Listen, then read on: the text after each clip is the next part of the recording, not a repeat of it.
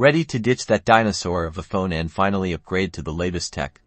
We'll guide you through every step of buying a new smartphone at Best Buy, from browsing online to walking out with your activated device. First, head over to BestBuy.com. You can browse by brand, like Samsung or Apple, or filter by features like screen size or camera quality, compare different models, and read customer reviews to find the perfect fit for your needs. Once you find a phone you like, add it to your cart. Prefer to see it in person? Visit your local Best Buy.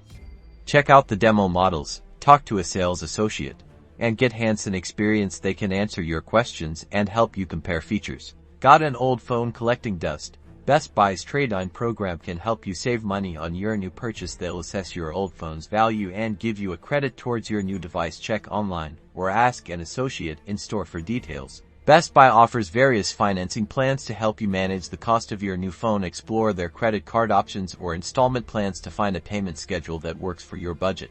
Don't forget to activate your new phone. Best Buy can help you activate it with your current carrier or even switch to a new one. They'll transfer your data and get you up and running in no time. And that's it.